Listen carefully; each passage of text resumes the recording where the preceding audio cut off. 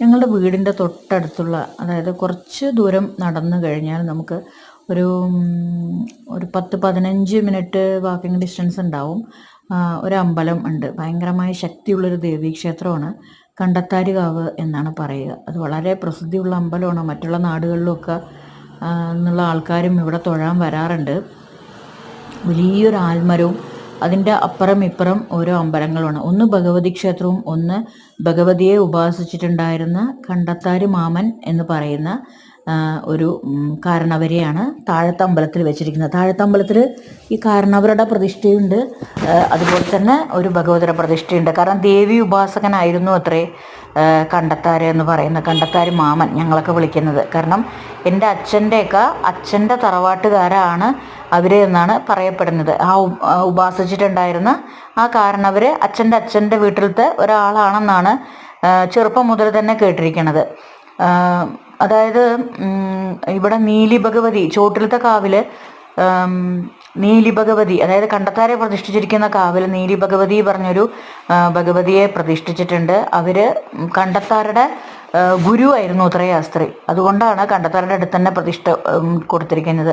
ഈ കണ്ടത്താര് മാമനെയും ഈ ഭഗവതിയെയും കുറിച്ച് ഒരുപാട് പ്രചാരമായ കഥകൾ ഞങ്ങളുടെ കോട്ടായി നാട്ടിൽ എല്ലാവർക്കും അറിയും. അതിനെക്കുറിച്ച് കൂടുതലായിട്ട് വ്യക്തമായിട്ടും വിശദമായിട്ടും അറിഞ്ഞിട്ട് അതിനുവേണ്ടി തന്നെ ഒരു വീഡിയോ ചെയ്യണമെന്ന് എനിക്ക് ഒരുപാട് ആഗ്രഹമുണ്ട്. പക്ഷെ ഇന്നത്തെ എൻ്റെ അറിവ് വെച്ചിട്ടാണ് ഞാൻ ഈ കണ്ടത്താര് ഭഗവതിയെക്കുറിച്ച് പറയുന്നത്. അതിൻ്റെ തൊട്ടടുത്ത് തന്നെ വലിയൊരു ആൽമരമുണ്ട്. വർഷങ്ങളോളം പഴക്കമുള്ളൊരു ആൽമരം തന്നെയാണത്.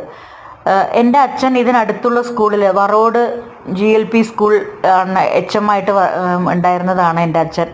അപ്പോൾ അച്ഛൻ്റെ ആ സ്കൂളിൻ്റെ തൊട്ടടുത്താണ് ഈ കണ്ടത്താരുകാവ്. അതുകൊണ്ട് തന്നെ ഈ അമ്പലത്തിനും ഇവിടുത്തെ സമീപ പ്രദേശത്തിനും ഒക്കെ തന്നെ ഒരുപാട് കുട്ടിക്കാലത്തെ കഥകൾ എനിക്ക് ഓർത്തെടുക്കാനുണ്ട്. കാരണം അച്ഛൻ ദിവസവും പോയി തൊഴുന്ന ദേവിയായിരുന്നു.